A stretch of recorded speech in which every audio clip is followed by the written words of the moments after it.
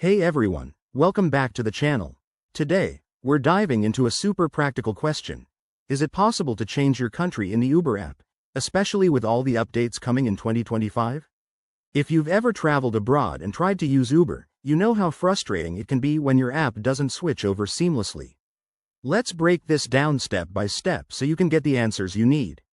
First off, Uber is designed with regional restrictions due to things like local laws, payment methods, and safety regulations. As of 2025, Uber has made some improvements, but changing your country directly isn't as straightforward as you might hope. In the app, head to your profile settings, usually found by tapping your profile picture in the top corner. Look for Account or Region Settings. Here, you might see an option to update your location or language, but actually switching countries often requires more than that. From what we've seen in recent updates, you can try manually changing your address in the payment or personal info section.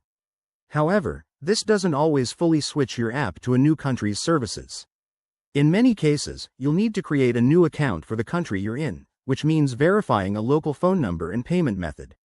Uber's support team might help if you're a frequent traveler, but it's not guaranteed. Plus, with 2025's new global features, like enhanced multi-region accounts, this could change soon. Keep an eye on app updates for easier transitions. Now, why is this important? Changing countries can affect ride prices, available features, and even driver partnerships. If you're planning international travel, it's smart to download the Uber app for that specific country ahead of time. Remember, always prioritize your safety and verify local options.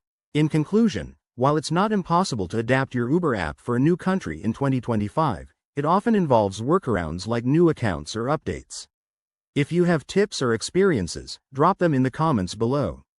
Thanks for watching. Don't forget to like, subscribe, and hit that bell for more tech tips.